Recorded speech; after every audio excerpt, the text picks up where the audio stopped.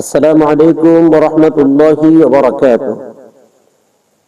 সুপ্রিয় দর্শক ও শ্রোতা মণ্ডলী, আমরা সকলে জানি পবিত্র রমজানুল মুবারক প্রায় শেষের দিকে চলে আসছে।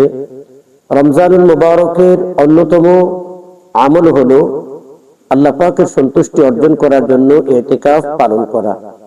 ইতিকাফ নারী এবং পুরুষ উভয় পালন করতে পারে, তবে নারীদের জন্য তাদের ঘরের মধ্যে নিজ কামরা ইবাদতের স্থানের মধ্যে, যেখানে আল্লাহ পাকের সন্তুষ্টির জন্য ইবাদত করা সহজ হবে এবং ঝামেলা মুক্ত হবে, এমন স্থানের মধ্যে নারীরা ইতিকাফ করতে পারে। আর পুরুষের জন্য মহল্লার মসজিদ, যেখানে 5 ওয়াক্ত নামাজ হয়, যেটাকে জামে মসজিদ বলা হয়, এমন মসজিদের মধ্যে ইতিকাফ করা, এটা প্রতিটি নারী পুরুষের জন্য ঘরের মধ্যে নারীদের জন্য, পুরুষদের জন্য মসজিদের মধ্যে ইতিকাফ করা অত্যন্ত গুরুত্বপূর্ণ আমল, যেটা আল্লাহ তাআলা সন্তুষ্টির জন্য, আল্লাহ তাআলাকে পাওয়ার জন্য বান্দার জন্য সহজ হয়। প্রিয় দর্শক ও শ্রোতা মণ্ডলী, আমরা যদি কোরআন এবং হাদিসের দৃষ্টিকোণ থেকে দেখি, তাহলে আমরা দেখতে পাই রমজান মাসে ইতিকাফ করা অত্যন্ত গুরুত্বপূর্ণ আমল। যেমন আল্লাহ তাআলা কোরআনুল কারীমের মধ্যে সূরা বাকারার মধ্যে আয়াত নাযিল করেছেন, ওয়াইদ জাআলনাল বাইতা মাসাবাতাল লিন-নাসি ওয়া আমনা ওয়াত্তাখিযু মিন মাকামি ইব্রাহিমা মুসাল্লা ওয়াআহিদনা ইলা ইব্রাহিমা ওয়া ইসমাঈলা আন তাহিরা বাইতিয়া লিত-তাইফিনা ওয়াল আকিফিনা ওয়ার রুকআইস সুজুদ। প্রিয় দর্শক, এই আয়াতের মধ্যে আল্লাহ তাআলা নবী ইব্রাহিম আলাইহিস সালাতু ওয়াস সালাম এবং ইসমাঈল আলাইহিস সালাতু ওয়াস সালাম উভয়জনকে ইতিকাফকারীদের জন্য মসজিদকে পবিত্র রাখার জন্য, ইবাদতগাহকে পবিত্র করার জন্য নির্দেশ প্রদান করেছেন। সুবহানাল্লাহ। এখান থেকে বোঝা যায় ইতিকাফকারীর মর্যাদা আল্লাহ পাকের কাছে অনেক বেশি। প্রিয় দর্শক, ইতিকাফ করার গুরুত্বপূর্ণ ফজিলত হলো, যে ব্যক্তি ইতিকাফ করবে, অন্তত পক্ষে আল্লাহ সন্তুষ্টির জন্য যদি একদিনও কেউ ইতিকাফ করে, তাহলে আল্লাহ তাআলা ওই ব্যক্তির মধ্যে এবং জাহান্নামের মধ্যে 3 খণ্ডক পর্যন্ত দূরত্ব স্থাপন করে দেন। সুবহানাল্লাহ।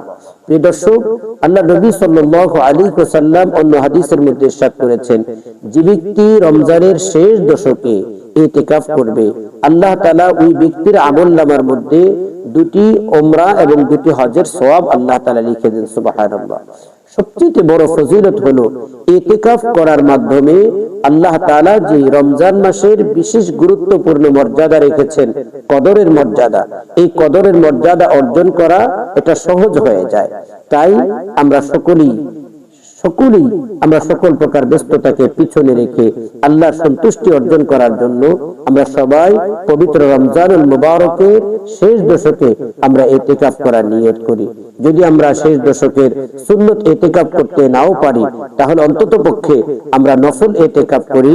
অর্থাৎ আমি আমার অফিসিয়াল কাজ, আমার ব্যবসা বাণিজ্যের কাজগুলো সেরে যাওয়ার পরে, আমি ফারেগ হওয়ার পরে আমি মসজিদের মধ্যে এসে অবস্থান করি, মসজিদে ইফতার করি, মসজিদে তারাবির সালাত আদায় করি, বাকি রাতটা মসজিদের মধ্যে ইতিকাফের নিয়তে যাপন করি।